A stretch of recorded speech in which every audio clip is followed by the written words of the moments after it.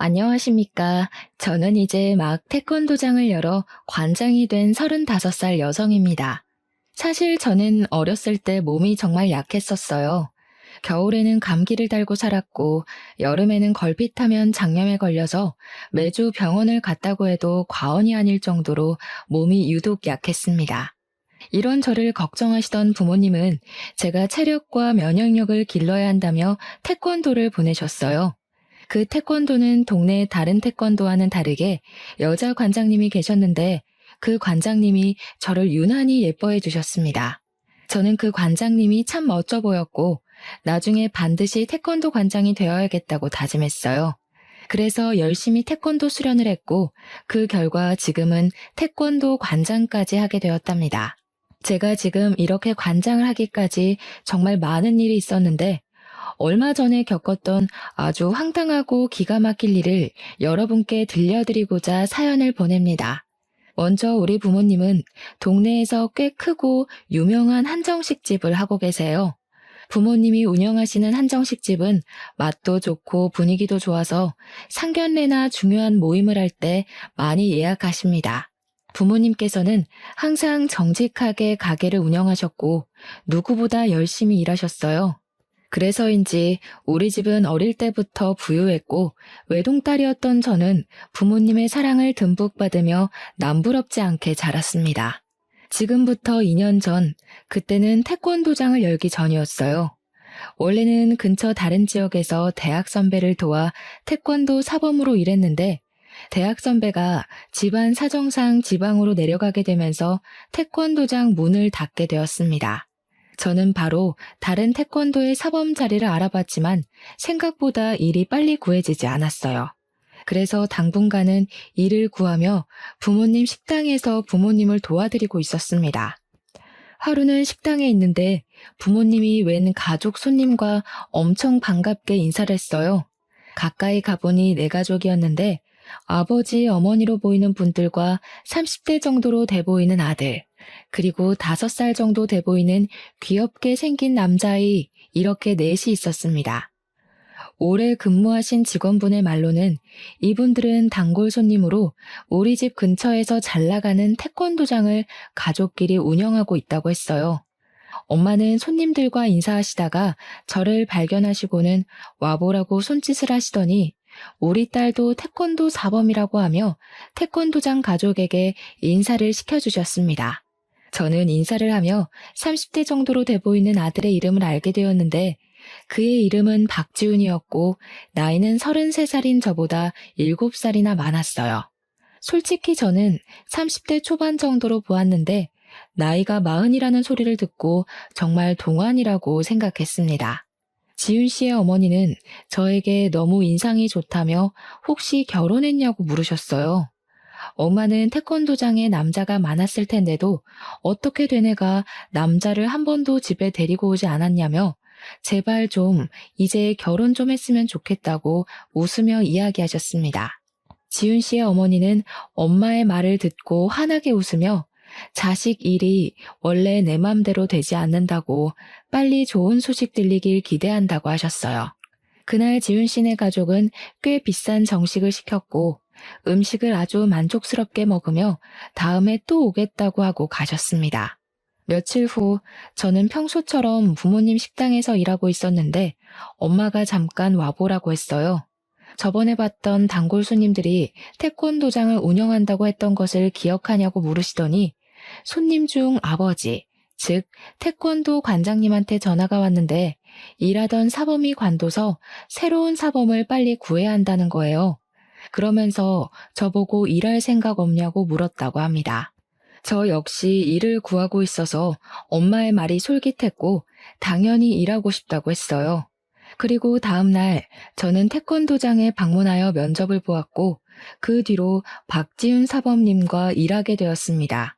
첫 출근 날 사범으로 일하긴 했지만 친한 선배의 도장에서만 오랫동안 일했기에 다른 도장은 처음으로 간 것이었어요. 그래서인지 긴장이 너무 되었는데 박지훈 사범님은 저에게 친절하게 대해주었습니다. 사범님의 아버지인 관장님도 너무 긴장하지 말라고 하며 어려운 일 있으면 언제든지 말하라고 했고 태권도에서 실장님으로 계시며 태권도 차량 운전을 해주시고 원비 관리를 하는 어머니 역시 우리 어렵게 생각하지 말라고 하셨어요. 흔히들 가족들이 운영하는 회사나 도장은 절대 가지 말라고 하던데 여기는 그래도 다들 친절하시고 잘 대해주셨습니다.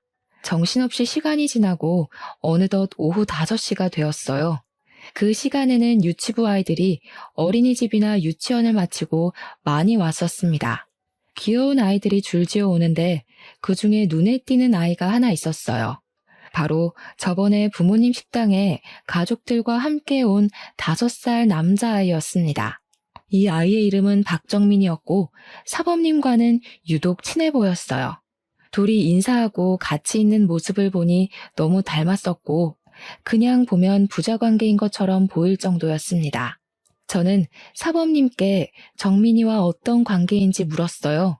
사범님은 심각한 표정을 지으시며 사범님의 여동생이 정민이를 출산하다가 잘못되었고 매제는 아이를 혼자는 못 키우겠다고 해서 사범님의 부모님과 사범님이 키우고 있다고 했습니다. 그런데 어떻게 여동생의 아들인데 박 씨가 되었냐고 물으니 매제와 여동생이 같은 성씨였다고 해요. 정민이는 참 밝고 씩씩해 보였는데 그런 아픈 사연이 있다는 것에 참 안타까운 마음이 들었고 그 이야기를 들어서인지 수업 내내 정민이에게 더 신경이 쓰였습니다. 정민이는 자신의 수업이 마친 뒤 태권도장에서 저녁을 먹었고 10시까지 도장에서 놀았어요. 저는 중간중간 쉬는 시간에 정민이와 시간을 보냈습니다. 정민이는 처음에는 낯을 가리는 듯 했지만 점점 시간이 갈수록 저에게 이모라고 부르며 저를 잘 따랐고 귀여운 정민이 덕에 첫날의 긴장감이 조금 풀어졌어요.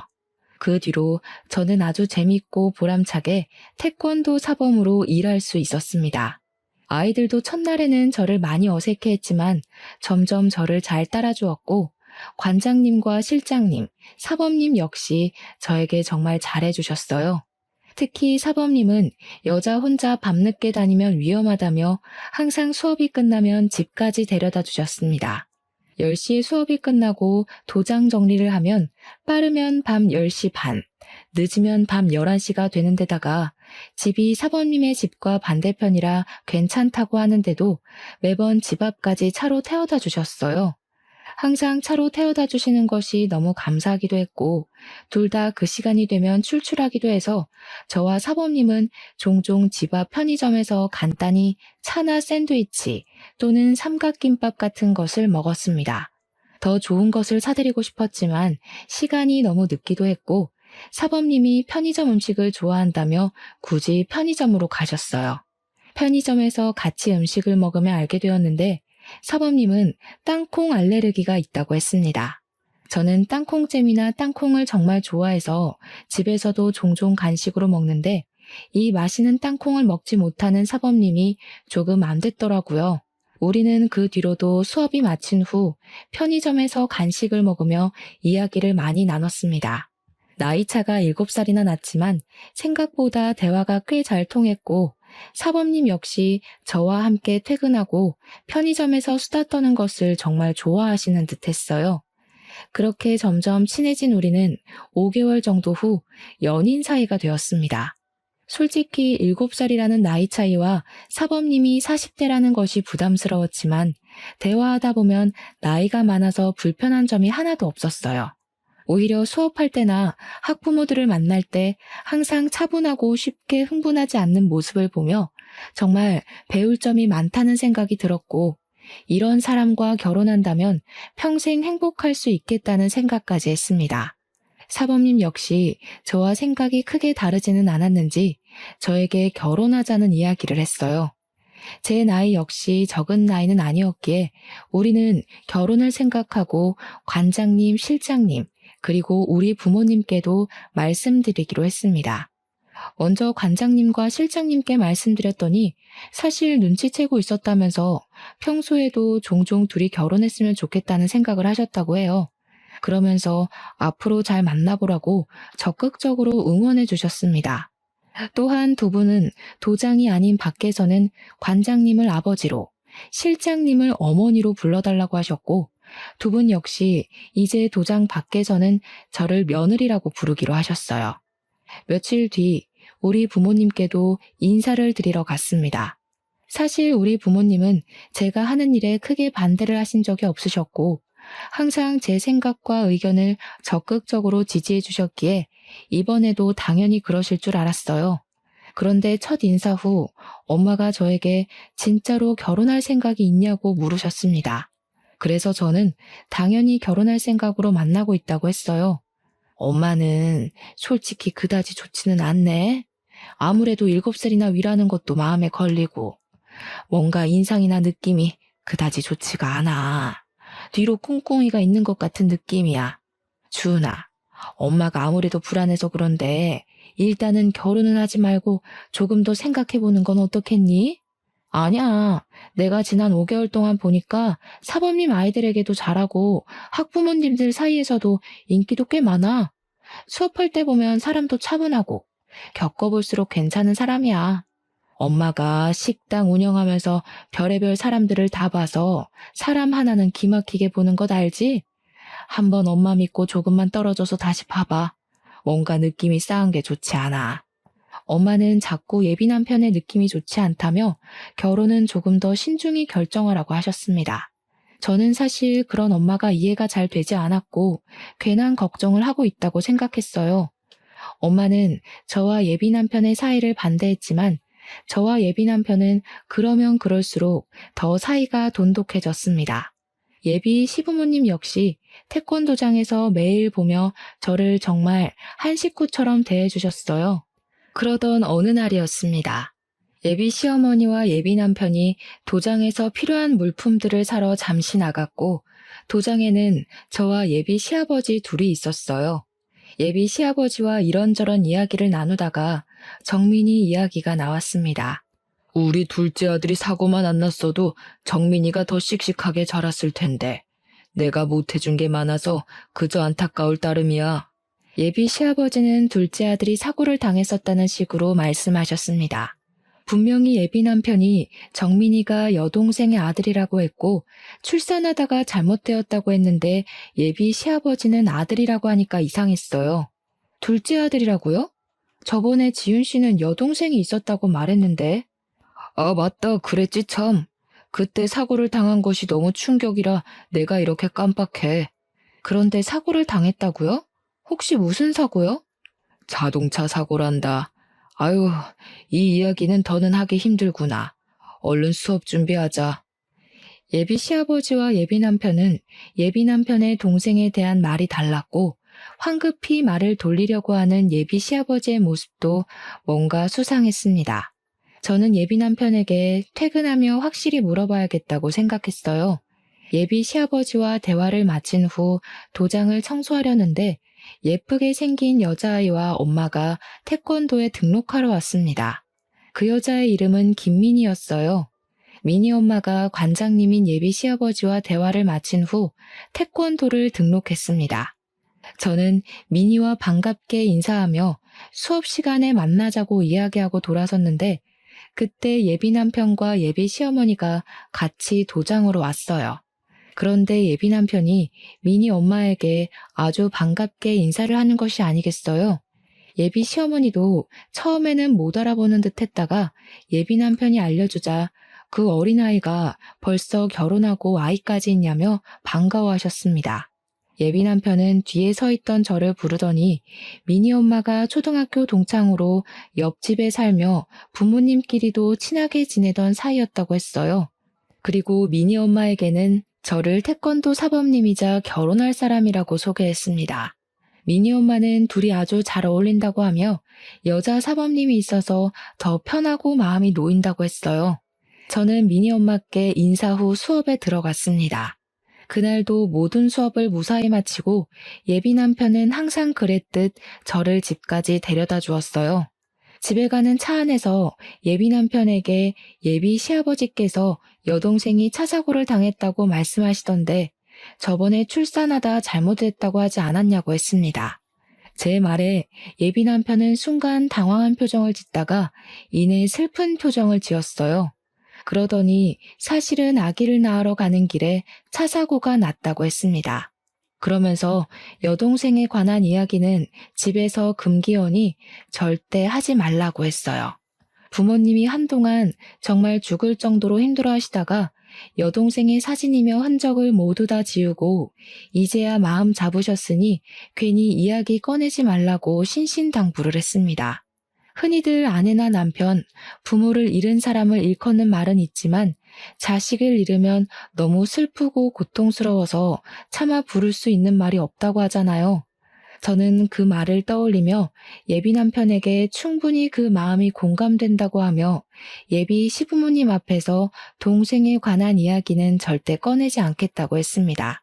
그렇게 2개월이 지났어요.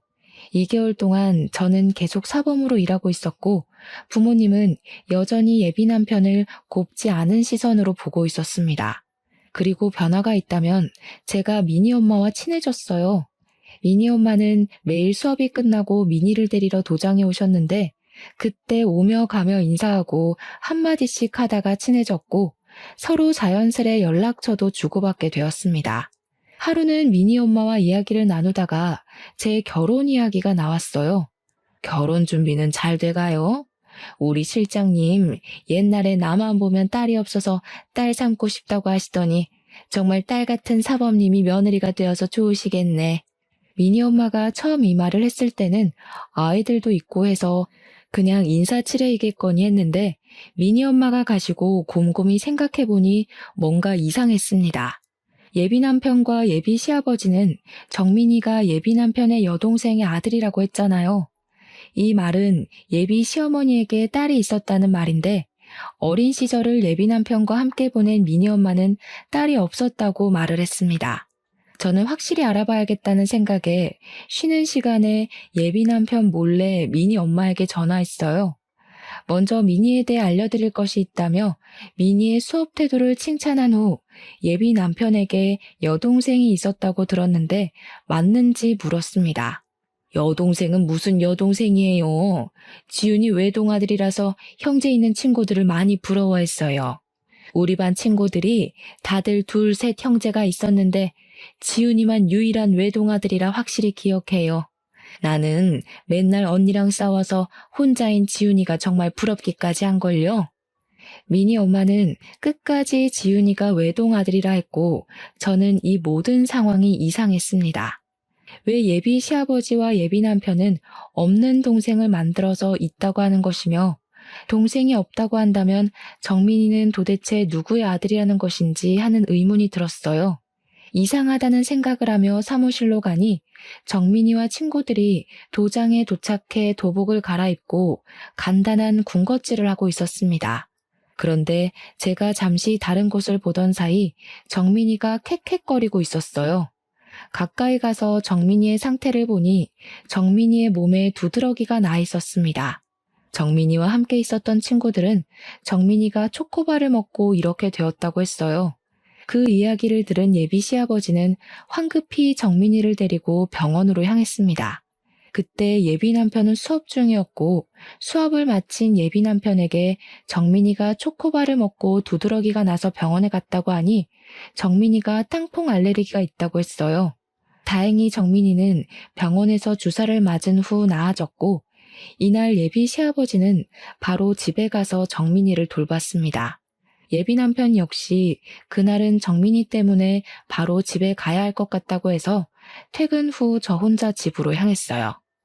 혼자 집에 가며 생각해보니 뭔가 이상했습니다.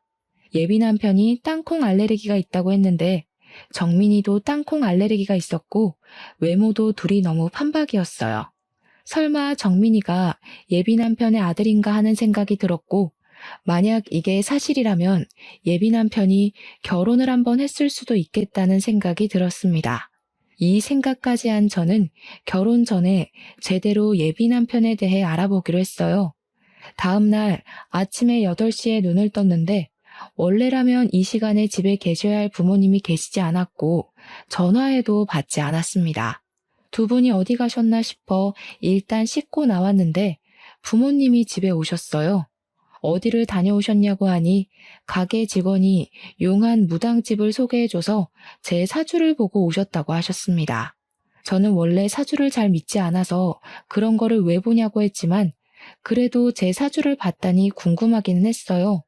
무당이 뭐라고 했는지 물어보니 건강이고 뭐고 다 좋은데 지금 만나고 있는 사람과는 절대 결혼하지 말고 제 결혼 후는 38살에 들어오니 그때까지 기다리라고 했다는 것입니다.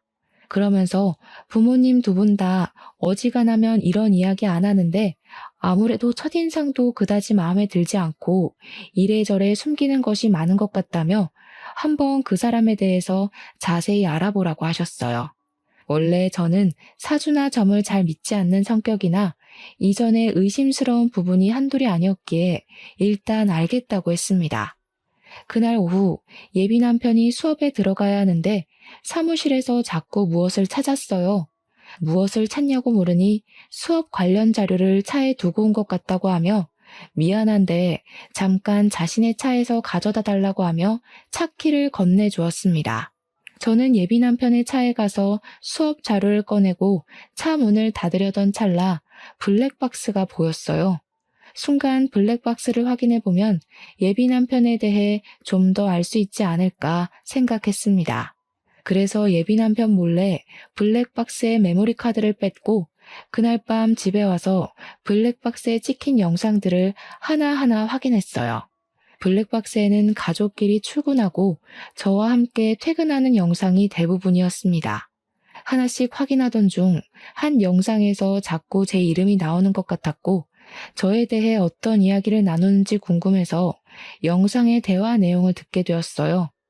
예비 시어머니는 우리 부모님이 운영하시는 한식당이 엄마들 사이에서 연매출이 억대라는 소문이 있다고 했습니다. 그러면서 연매출 억대 집안의 외동딸이 결혼하는데 집 한 채 정도는 쉽게 장만해주지 않겠냐며 예비 남편에게 이번에는 기가 막히게 잘 골라왔다고 했어요. 이어서 예비 남편은 사실 이전에 만난 여자애들에 비하면 외모나 외적인 것들이 다 부족하지만 그래도 돈 많은 처가가 최고이지 않겠냐고 하며 조만간에 나를 잡겠다고 했습니다. 그래, 얼른 날 잡아야지. 그 계집애 보니까 우리 지은이에게 푹 빠져서 헤어나오지를 못하더구먼.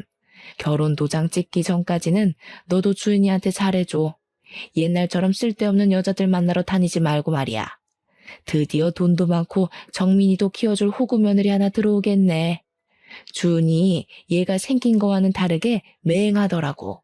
그래도 주은이가 정민이에 대해서 모르게 입조심들 하고 저번에 너희 아빠랑 너랑 한 얘기 듣고 기겁하는 줄 알았다. 정민이가 박씨이면 당연히 아버지가 박씨일 테니까 남동생이 있어야지 여동생이 뭐니 여동생이. 머리가 그리 안 돌아가? 뭐 이래저래 핑계대서 잘 넘어가긴 했다만 아무튼 너 조심해. 하마터면 우리의 계획이 다 물거품 될 뻔했잖아. 나도 모르게 여동생이라고 나와버렸어요. 미안해요. 뭐 어찌 됐든 이제 우리 정민이에게도 부자 엄마 생기겠네. 우리 정민이 축하해. 예비 남편의 말에 정민이는 뭔지도 모르고 그저 신나서 웃고 있었습니다. 이 영상을 본 저는 충격에 빠졌고 도대체 예비 남편은 어떤 사람인지 궁금했어요. 일단 저는 이 블랙박스 영상을 저장 후 지역에서 가장 유명한 흥신소에 예비 남편의 뒷조사를 의뢰했습니다. 며칠 후 흥신소에서 연락이 왔는데 블랙박스 영상보다 더 충격적인 사실들이 가득했어요. 흥신소 직원의 말에 의하면 예비 남편은 20대였을 때 클럽에서 만난 여자를 임신시켜서 결혼했었습니다. 그런데 예비 남편이 자신의 아이를 임신한 아내를 내팽개치고 계속 클럽에 다니며 다른 여자를 만나러 다녔어요. 이로 인해 큰 스트레스를 많이 받은 아내는 유산했고 바로 이혼했다고 합니다. 그 뒤로도 정신을 못 차리고 계속 클럽에 다니며 이 여자 저 여자 만나고 다니며 제대로 된 직장도 못 구하고 어느덧 30살이 되었어요. 나이를 적지 않게 먹은 예비 남편은 이제 뭐라도 해야겠다는 생각에 태권도 관장인 예비 시아버지 밑에서 태권도 교범으로 일하기 시작했습니다. 교범은 수련자 출신의 지도자로 정식 사범은 아니에요.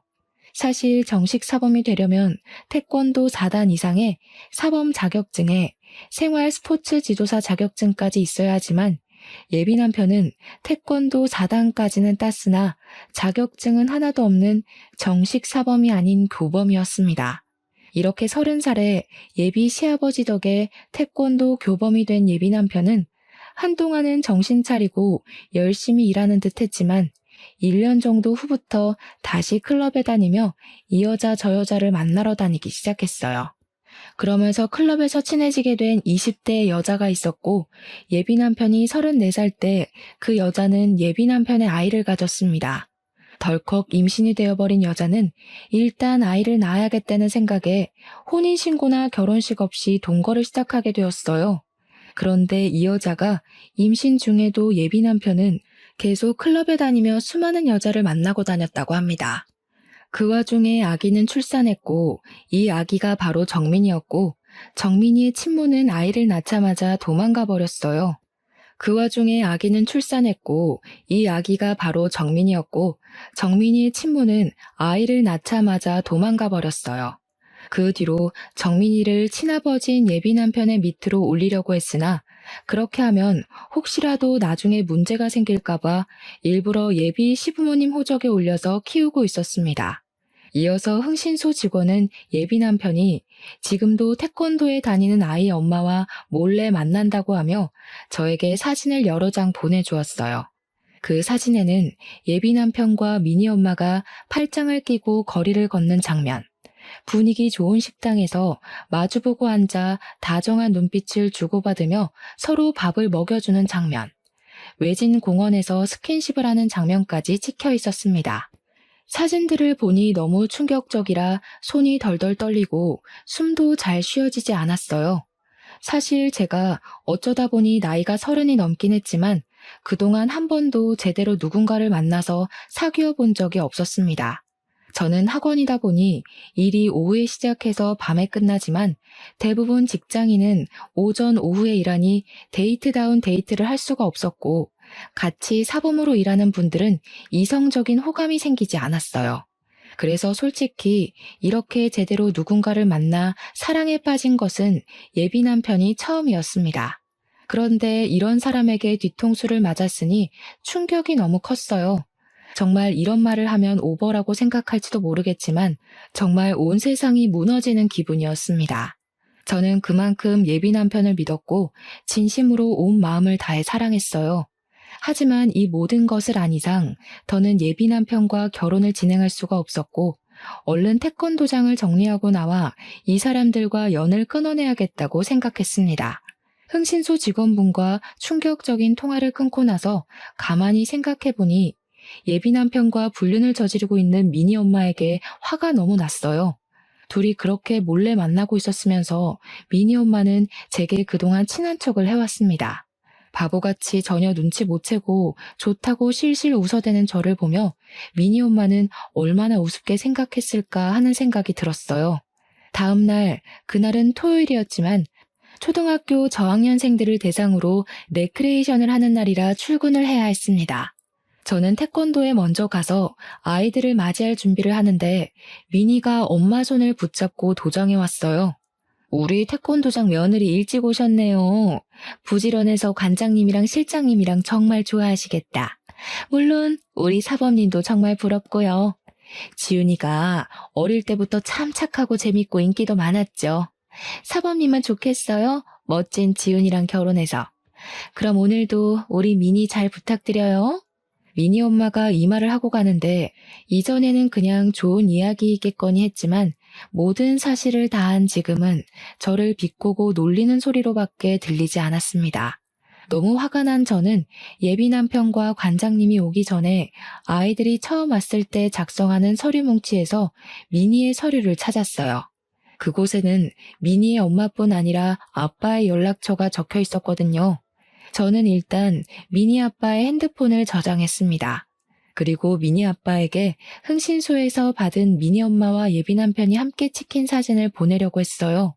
사진을 막 보내려는 순간 미니가 너무 해맑은 모습으로 제게 와서 사범님 뭐 하시냐고 물었습니다. 그런 미니의 모습을 보니 제가 지금 이 사진을 보내면 미니가 상처를 너무 많이 받을 것 같았어요. 그래서 일단은 그렇게까지는 하지 않았고 대신 카페에서 미니 엄마, 예비 남편, 그리고 저 이렇게 셋이서 대화를 나누고 끝내야겠다고 생각했습니다. 마음 같아서는 사람들이 없는 으슥한 곳에서 그 둘을 아주 완벽히 요절내버리고 싶었지만 그래도 그것은 사람으로서 그리고 체육인으로서의 도리는 아닌 것 같아 그런 마음은 애써 접어두었어요.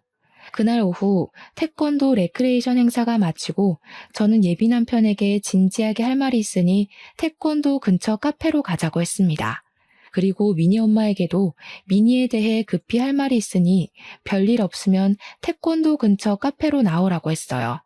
예비 남편은 평소와는 다르게 잘 웃지도 않고 무표정인 저에게 무슨 일이 있냐고 물었습니다.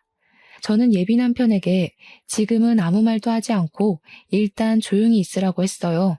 잠시 후 카페에 미니 엄마가 왔습니다. 미니 엄마는 처음에는 제 모습만 보고 미니에게 무슨 일 있냐고 했다가 제 앞에 앉은 예비 남편을 보고 놀란 표정을 지었어요.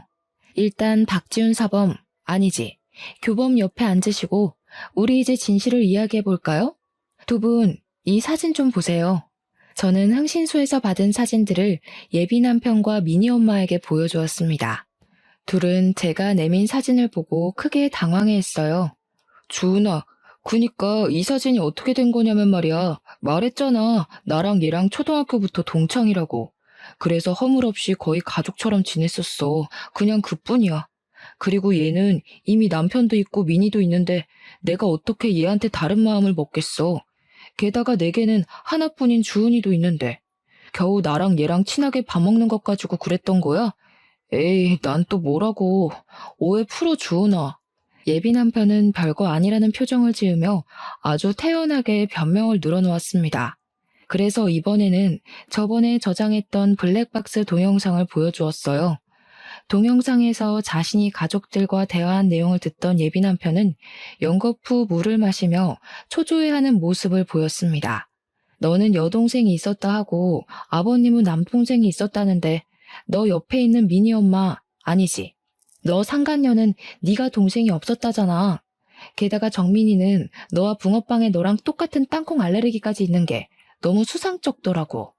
그래서 몰래 너 뒷조사를 했더니 아주 가관이더라. 20대, 30대를 여자 만나고 임신시키며 아주 청춘을 뜨겁게 불태웠던데 어쩜 그렇게 감쪽같이 속일 수 있어? 그리고 정민이도 네 아들이잖아. 뭐야? 네가 그걸 다 어떻게 알았어? 아니야, 다 거짓이야. 거짓은 무슨, 증거가 이렇게 차고 넘쳤는데 어디서 발뺌을 하려고 그래. 재버릇 걔 못 준다더니 40대가 된 지금도 여전히 불륜을 저지르고 있고 대단하다. 정말 대단해. 미니 엄마도 이런 사실 다 아세요? 이러든 저러든 뭐 어때? 우리가 서로 좋기만 하면 그만이지. 안 그래? 네가 뭐 어찌할 건데? 서로 사랑하는 것도 죄야? 죄냐고. 와, 어쩜 이렇게 다 들통나도 뻔뻔하실까. 미니에게 이런 사실 다 알게 하려다가 말았어요. 착하고 여린 미니가 상처받을까 봐요. 저는 카페라서 최대한 조용히 이야기하려고 했지만 미니 엄마가 너무 흥분한 나머지 큰 소리로 저에게 서로 사랑하는 게 죄냐며 말하는 통에 카페에 있던 사람들이 예비 남편과 미니 엄마가 불륜 관계임을 알게 되어버렸습니다. 예비 남편은 이런 이야기를 하려면 사람이 없는 데서 해야지 왜 이렇게 사람들이 많은 카페로 왔냐고 하며 얼굴을 필사적으로 가리려고 했어요. 사람 없는 데로 가면 내가 눈 돌아가서 너네 두 연놈들 요절을 낼 것 같아서 그랬다. 난 그래도 최대한 너네들에게 신사적으로 말하려고 했는데 모든 산통을 깬 것은 바로 너네야.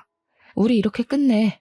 우리 결혼은 없던 일로 하고 태권도도 이제 관둘 거야. 그리 알아.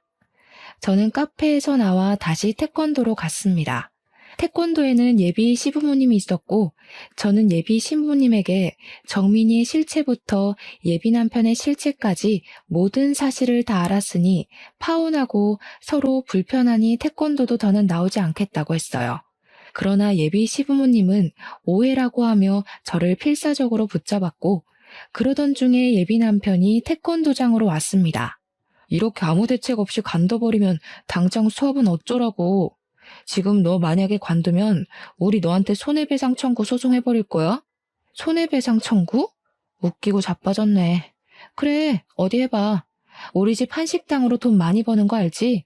그럼 나는 최고의 변호인단 꾸려서 너랑 네 상간녀, 그리고 단체로 나를 속인 너희 부모까지 상대로 소송 넣을 거야. 어디 그뿐인 줄 아니?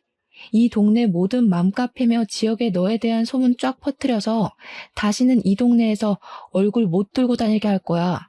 그럼 내가 더 타격이 클까? 네가 더 타격이 클까? 어디 한번 네 대가리 한번 잘 굴려봐.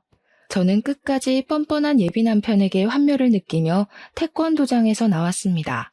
그리고 집에 가서 부모님께 모든 사실을 말씀드리고 지금 한바탕 싸우고 파혼하고 오는 길이며 이제 그 태권도장에서 일하지 않을 것이라고 했어요. 부모님은 정말 잘 생각했다고 하시며 한동안 많이 힘들겠지만 마음 잘 추스르라고 하셨습니다. 그 뒤로 저는 근처에 다른 태권도장으로 가려고 했는데 이상하게 이력서를 내도 아무 곳에서도 연락이 오지 않았어요. 당장 돈이 급한 것은 아니었지만 태권도 사범일이 너무 재밌어서 계속 일하고 싶은데 오라는 연락이 없으니 참 속상했습니다. 하루는 사범을 구하고 있던 집 근처 태권도장에 이력서를 들고 무작정 찾아갔어요. 그 태권도 관장님은 제가 사범으로 일하고 싶다고 하자 반가워하시더니 제 이력서를 보고는 같이 일 못하겠다고 하셨습니다. 도대체 제가 어떤 점이 마음에 안 드시냐고 했더니 하시는 말씀이 사실은 직전에 근무한 태권도 관장, 즉 전 예비 시아버지가 이 지역 모든 태권도 학원에 저에 대한 이상한 소문을 냈다고 해요. 그 소문은 제가 이 남자 저 남자 만나고 다니는 꽃뱀이니까 젊은 남자 사범들이 있는 태권도에서는 절대 저를 채용하지 말라고 했다는 것입니다. 게다가 자기 기분이 좋지 않으면 아무 말 없이 그냥 간둬버린다는 소문까지 퍼뜨렸고 이 소문을 들은 지역의 관장님들이 제 이름과 제가 근무했던 직전 태권도만 보고 다들 채용을 하지 않았던 것이에요. 관장님의 이야기를 들으니 정말 피가 거꾸로 솟는다는 기분이 어떤 의미인지 알 것 같더라고요. 저는 솔직히 한동안 진심으로 사랑했던 사람이었기에 그냥 깔끔하게 파혼으로 끝내려고 했습니다. 그런데 전 예비 남편과 그 가족들은 온갖 추잡한 방법으로 뒤에서 저를 욕먹이고 있었어요. 세상에 그 어떤 말로도 표현이 안 될 정도로 화가 잔뜩 난 저는 가만히 있을 수 없었습니다. 저는 제가 속한 지역 태권도 협회 카페에 들어가 저의 전 예비 남편에 대한 모든 사실을 올렸어요. 20대부터 클럽에 다니며 이 여자 저 여자 만나 2번이나 임신시킨 사실부터 아이를 낳고 그 아이를 자신의 부모님 호적에 올린 것, 그리고 지금도 여전히 학부모와 불륜을 저질러서 파혼당해놓고 저를 파렴치한 인간으로 만든 것까지 모든 사실을 글로 적었습니다. 또한 제가 이력서를 냈던 태권도장에 찾아가 모든 사실을 태권도 관장님들께 말씀드렸어요. 관장님들은 이런 일이 있을 줄은 꿈에도 몰랐다며 단순히 소문만 듣고 오해해서 미안하다고 하셨습니다. 그런데 나에 대한 안 좋은 소문은 이게 다가 아니었어요. 제가 다른 태권도를 돌아다니며 저에 대한 오해를 풀 때 웬 아이 엄마가 제 얼굴을 보고 놀라하며 아주 못마땅한 얼굴로 위아래를 훑으셨습니다. 저는 처음 보는 사람이 저를 아주 기분 나쁘게 쳐다보니 어이가 없어서 혹시 저를 아시느냐고 물었어요. 대화를 나눠보니 그 엄마는 바로 미니 엄마와 알던 사이였는데 미니 엄마가 저에 대한 이상한 소문을 엄마들 사이에 퍼뜨리고 다녔더라고요. 그래서 이미 그 태권도장 엄마들은 저를 아주 평소 행실이 좋지 않은 질 나쁜 사범으로 알고 있다고 했습니다. 저는 그래도 미니를 생각해서 조용히 넘어가려고 했는데 그렇게 더럽고 추잡스럽게 나오는 미니 엄마도 그냥 두면 안 되겠다는 생각이 들었어요. 일단 미니 아빠 번호로 제가 가지고 있던 예비 남편과 미니 엄마의 다정한 사진을 보냈습니다. 그리고 제 핸드폰에 저장되었던 태권도장 아이들의 엄마에게 현재 미니 엄마가 퍼뜨리고 다니는 소문은 다 거짓이고 사실은 태권도 사범과 미니 엄마가 불륜을 저질렀다고 하며 사진을 보냈어요. 그리고 그 주 주말 식당에서 부모님을 도와 일하고 있는데 전 예비 시부모님, 전 예비 남편, 그리고 미니 엄마까지 나란히 왔습니다. 어서 오세요. 어디 불륜 모임이라도 하러 오셨나 봐요? 저기 화장실 앞자리에 가서 앉으시던가요? 2년이 정신 나갔어? 그 사진들을 미니 아빠한테 보내면 어떡해? 우리 미니가 받을 상처는 생각 안 해봤어? 네가 그러고도 애들을 가르치는 사범이야? 우리 미니 상처받아서 요새 나랑 말도 안 해. 애가 웃지도 않고 그저 죽을 상이라고. 이제 어쩔 거야? 우리 미니 어떻게 할 것이냐고.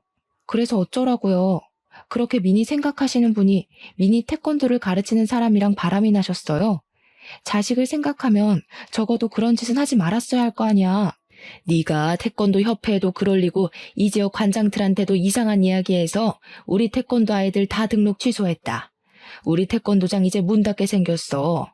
평생을 태권도 하며 살아왔는데 우리 가족 이제 뭐 먹고 살아? 아줌마네가 저지른 일 때문에 이렇게 됐는데 왜 저한테 그러세요? 저 그래도 한동안 가족처럼 생각했던 사람들이었으니 조용히 넘어가려고 했는데 가만히 있으니 다들 저를 아주 개코딱지로 보셨나 봐요. 당신네 아들이랑 당신네가 작정하고 과거 많고 친아들까지 속이며 결혼시키려고 해놓고서는 왜 여기 와서 저한테 시비이고 난리이신데요? 나 참 어이가 없어서. 됐고 여기 매출 올려줄 거 아니면 나가요. 계속 이런 식이면 영업 방해죄로 확 신고해버릴 겁니다.